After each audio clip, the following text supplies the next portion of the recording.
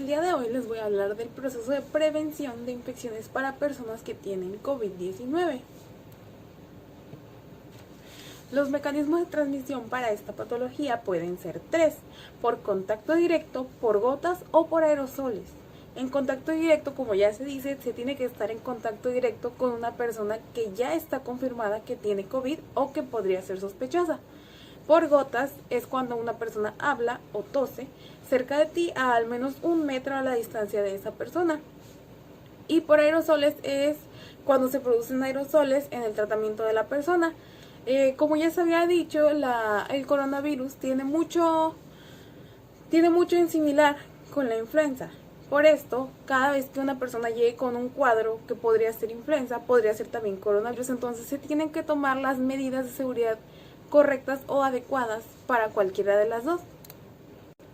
Es muy importante tomar en cuenta que una persona se considera sospechosa de cualquier edad y cualquier sexo indiferente si ha viajado a China o estuvo en estadía en China o tiene un cuadro respiratorio, y por eso se le mantiene 14 días bajo observación y se le hacen las pruebas adecuadas. Y una persona ya es considerada como un caso confirmado cuando cuenta con toda la sintomatología y se le han realizado las pruebas pertinentes y ha salido positivo.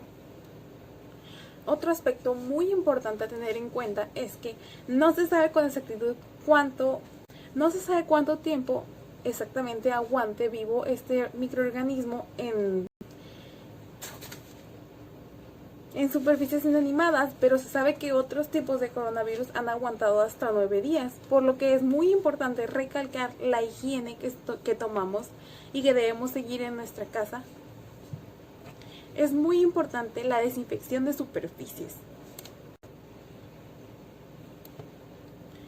El lavado de manos se va a efectuar siempre que el usuario vaya a consumir algún alimento o haya acabado de ir al baño o cuando note que sus manos se miran sucias. También se tienen que limpiar y desinfectar con el pertinente uso. También se tienen que limpiar y desinfectar las superficies con las que estamos en contacto alrededor del día, por lo menos una vez al día, todos los días. Si tú o alguien de tu familia presenta síntomas respiratorios, debe permanecer en su casa hasta que los síntomas se alivien, y si los síntomas empeoran, si va a salir a buscar asistencia médica, tiene que usar un cubrebocas profesional. Para las personas que han estado en contacto con casos confirmados o sospechosos de COVID-19, es muy importante permanecer en su casa y evitar el contacto con su familia por al menos 14 días. Después de eso se le realizarán las pruebas y si sale negativo puede volver a su vida cotidiana. Para las personas que hayan tenido contacto con una persona que era confirmado o sospechoso de coronavirus, tienen que llamar al teléfono 800-0044-800. Se le va a atender y se le va a dar la información que necesite. Las recomendaciones para las personas que están en su traslado a la unidad médica. De ser posible, se tiene que evitar totalmente el transporte público. Las personas que ya tengan síntomas respiratorios se les debe dar la etiqueta respiratoria y estornudo. Para las unidades de atención médica se tiene que tener en cuenta algo muy importante: todo su personal tiene que estar vacunado contra la influenza en tiempo y forma. También se tiene que revisar que se tengan los insumos adecuados y suficientes para la atención de los pacientes y para la protección del personal mismo. También es muy importante que las personas que presenten un cuadro respiratorio, al acudir a su asistencia médica, se les dé un cubrebocas para que si en dado caso resulten positivos, no se disemine tanto la enfermedad junto con otras personas que estén en el mismo lugar. Para el personal de salud es importantísimo que se realice la adecuada limpieza del área en donde se trabaja. También existen las estrategias para evitar que el personal de salud se contamine con el COVID-19.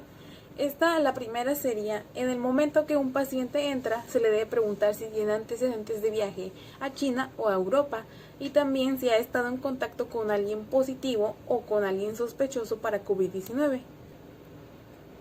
Cualquier personal que entre en contacto con alguien que tenga un cuadro respiratorio, ya sea sospechoso o no, tiene que tener las precauciones adecuadas, tal como al realizar la exploración física del paciente y evitar que le estornuden o le tosan.